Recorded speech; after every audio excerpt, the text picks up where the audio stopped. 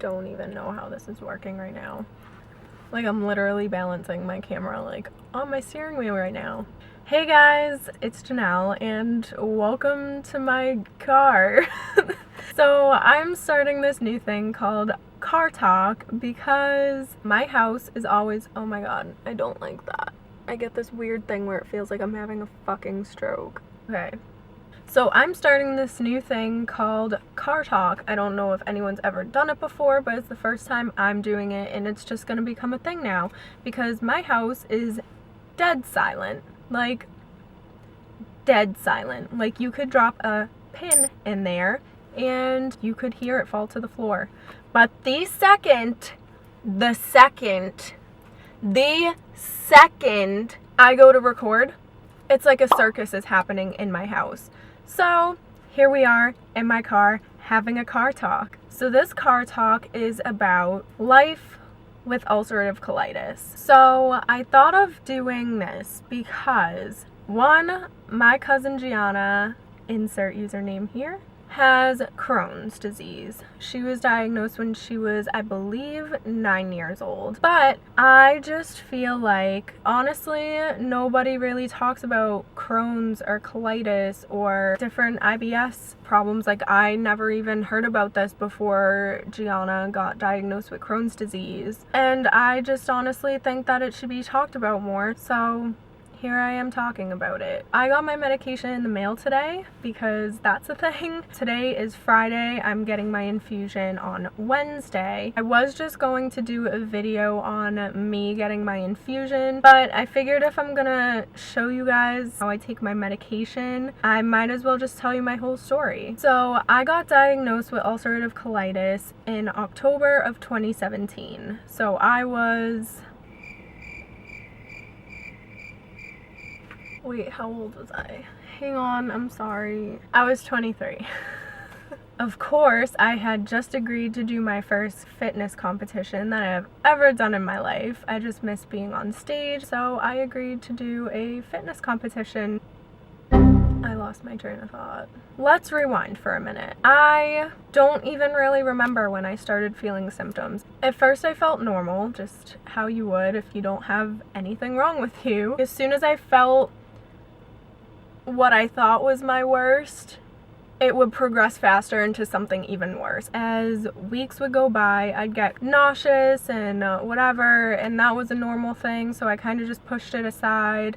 And then I started getting minor stomach pains, and then those would go away. I tried to cut things out of my diet and nothing was working. This is kind of where it starts getting graphic. Like I said, I'm just trying to spread awareness. The stomach pains would come and go. Then I started going to the bathroom and it was not normal. I was like, okay, maybe I'm just getting sick, and I would try to push it aside because I try to push through everything, and then my stomach pains would come back. And then one day my stomach pains were so bad and I was at work.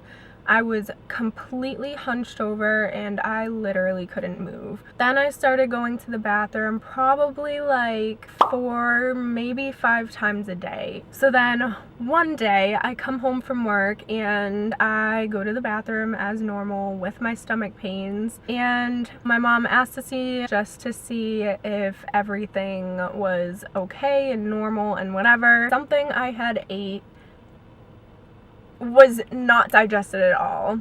So I'm sorry, this is getting very graphic, but if I'm gonna tell you the story, I'm gonna tell you the whole thing exactly how it is for awareness. So I had eaten oatmeal with blueberries in it, and the blueberries were literally like, I just popped them in my mouth and they came out the other end, and that's basically how it was. I finally shower, get dressed to go to bed. I'm about to go to my boyfriend's house and I'm like, great, I have to go to the bathroom again. I go to the bathroom again, and of course I go to look again because my mom is making me look at it every single time I go just to make sure nothing's changing. She wanted to rule everything out that she thought it could possibly be. So I look, oh my god, please don't cry. I don't want to cry in this video. So I look down and it looks like somebody literally like cut my arm off, and I was bleeding out into the toilet. I stayed calm and I was like, Mom, I just think you should see this. So her being a former nurse, I didn't think she was going to react how she did, especially because I was so calm when I told her. She immediately started freaking out, crying hysterically, and is flipping out that I need to go to the hospital immediately. When we finally get to the ER, we're in there for so long and my stomach pains are coming and going, but not to the point where I have to keep like getting up and going to the bathroom, but like they were still there. I had 2 IVs because that's the standard for if you're bleeding. So I had one in this arm and one in this arm, fluids in this arm, and I had anti-nausea medication in this arm. They did, I believe, a CAT scan. They noticed that I had something called an intussusception, which is basically your intestine. Picture a telescope, like how it folds over itself, like when you push it in.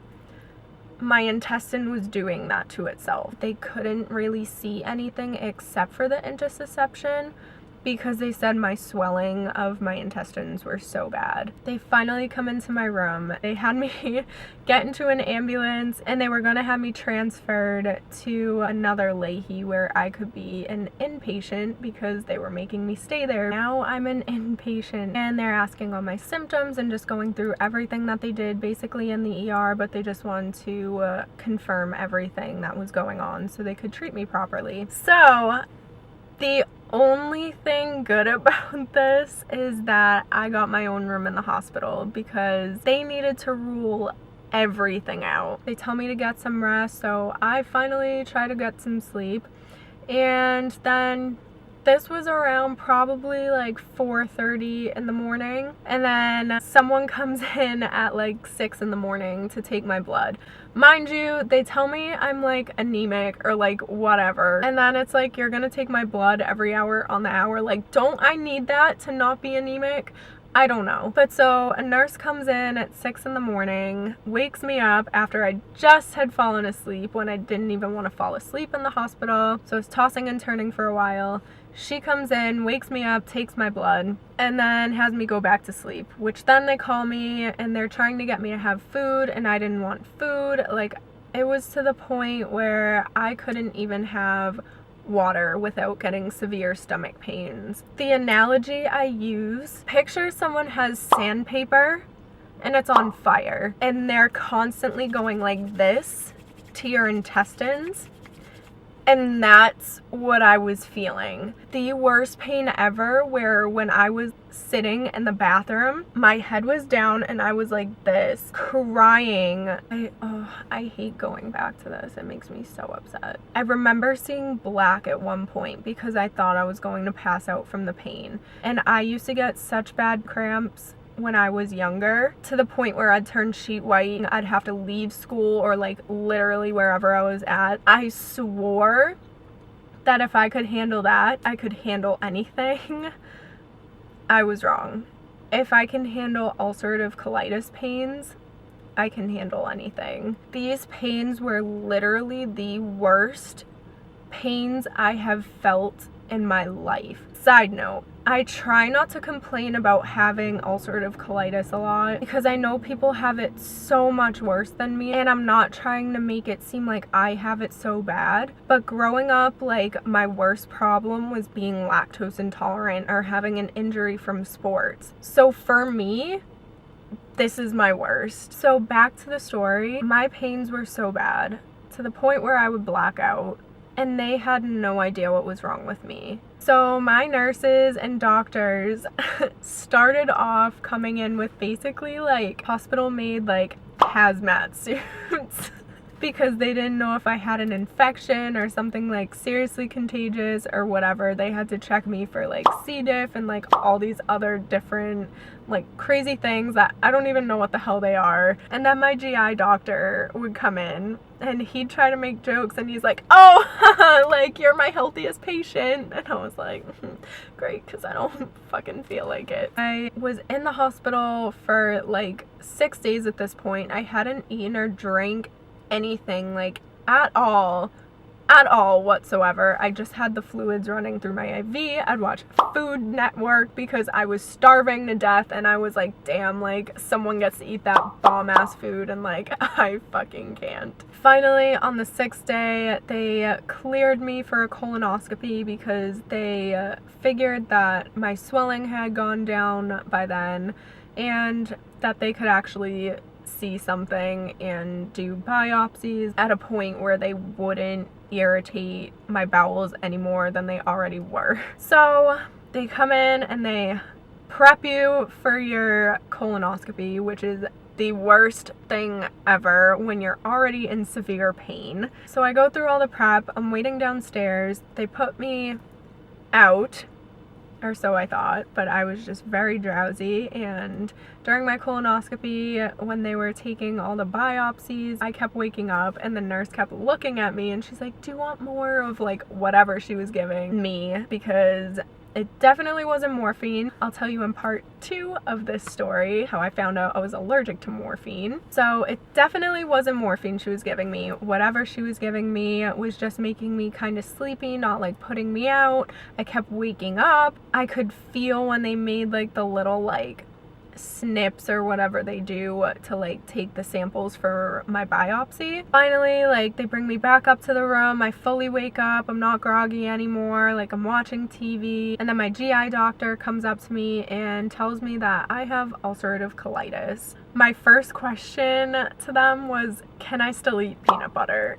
Because I fucking love peanut butter. That's like, I can eat it by the jar with a spoon, like, no joke. They said yes, so I was happy. That's when I found out I had ulcerative colitis, and I was like, great, now I get to live the rest of my life with this shit, and there's no cure, no one spreads fucking awareness about it. Finally, I get out of the hospital after a week, and I get back to work, and everything's fine. I'm put on 40 milligrams of prednisone, which is the miracle drug from hell because it makes you feel amazing. I had no joint pains from previous injuries. I had no ulcerative colitis pain, no bleeding.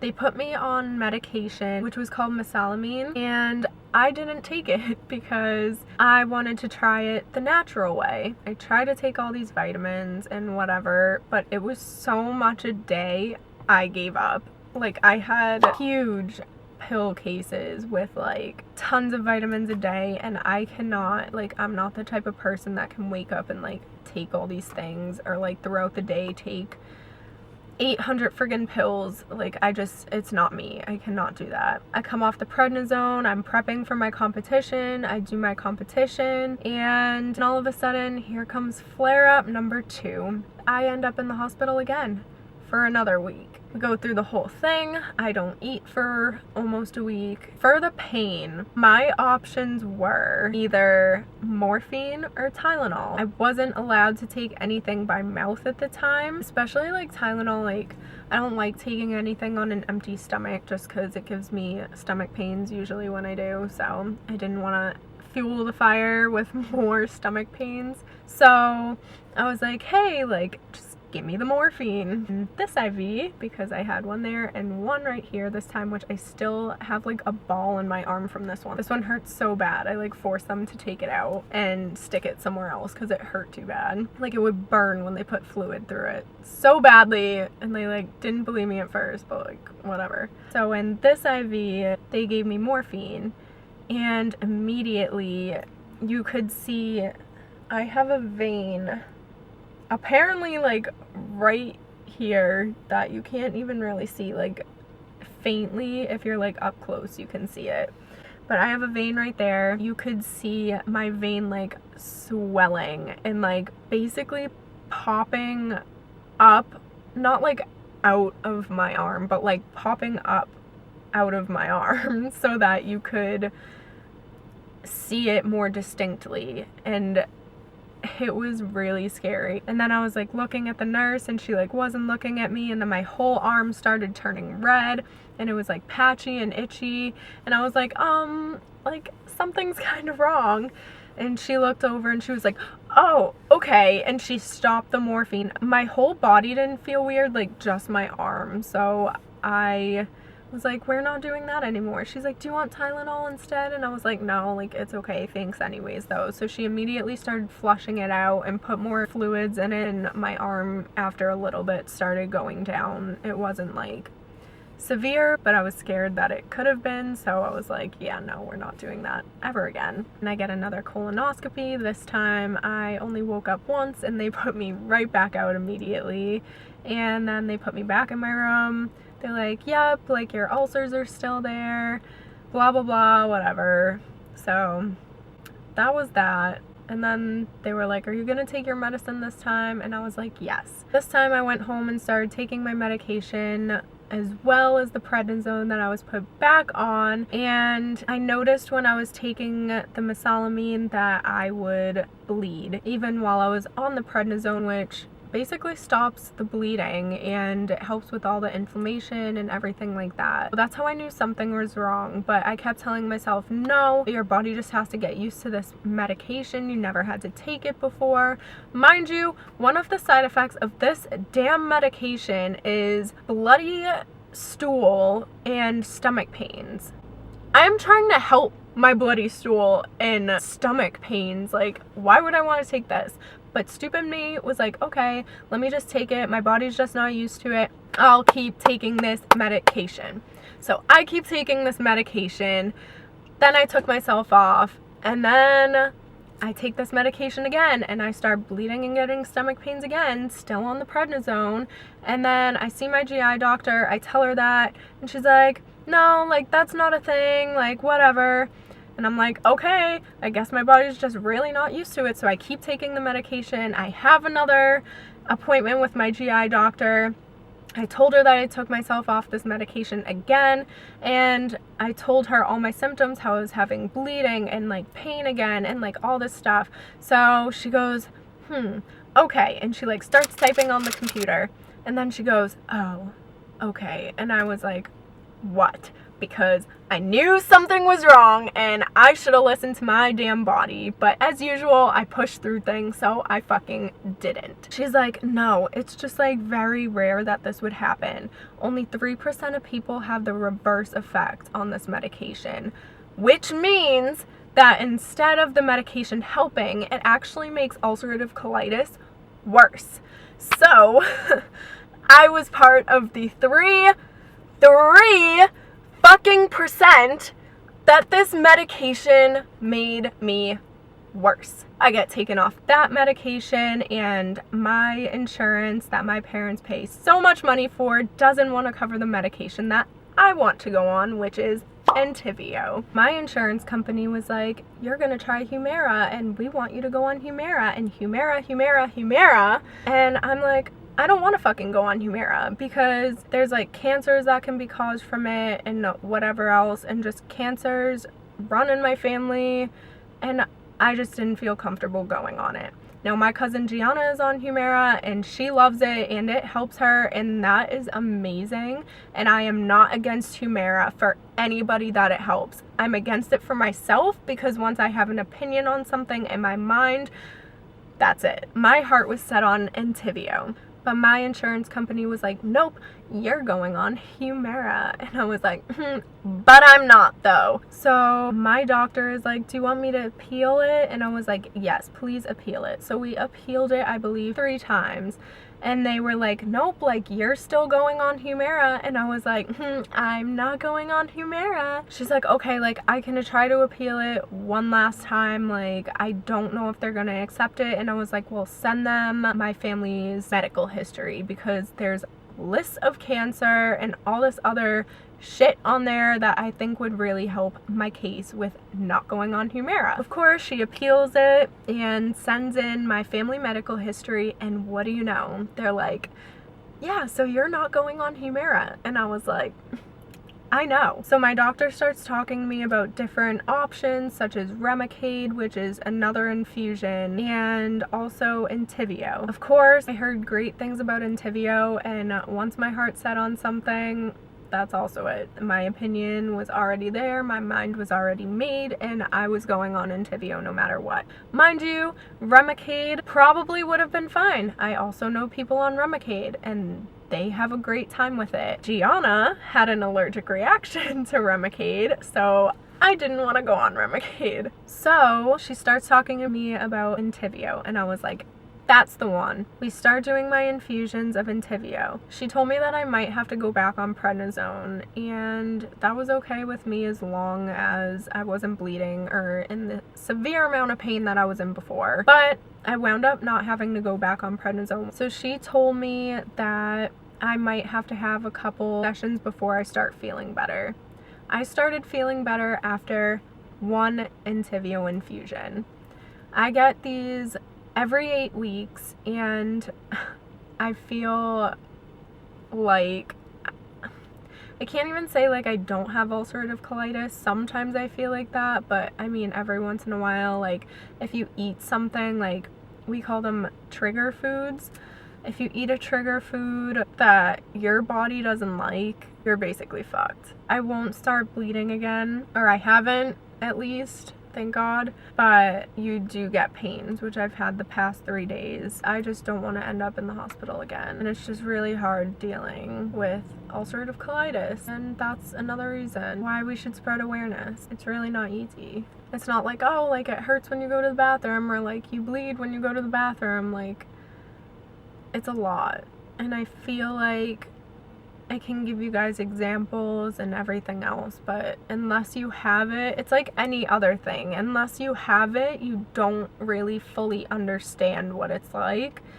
And it is depressing because you can feel so good, and then all of a sudden one day, like, you never know what's gonna happen. It could be like you'll feel good all morning, and then all of a sudden at like 3:00 p.m., oh no, like it's happening again. And that's literally how fast it can happen. And it's depressing because when you feel good and then all of a sudden it just happens again, you're like, fuck, am I gonna end up in the hospital again? Like, I'm isolated from everybody for a week, and it sucks. So that's the whole backstory to my ulcerative colitis.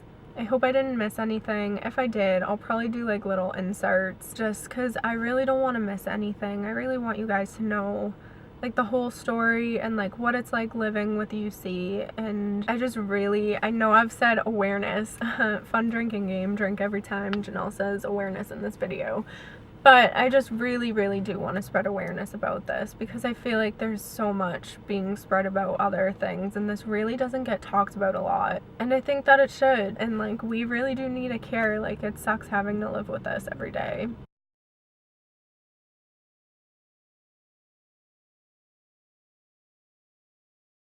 But like I said, I'm filming this on a Friday. I have my infusion coming up on Wednesday, so I'll show you the unboxing of my medication and when I get my infusion actually done. So I'll see you guys then.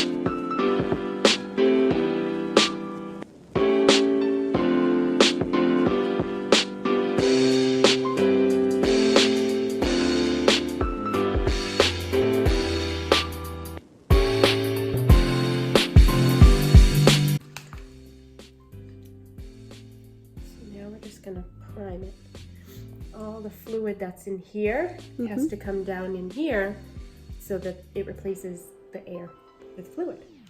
Make sense? Yes.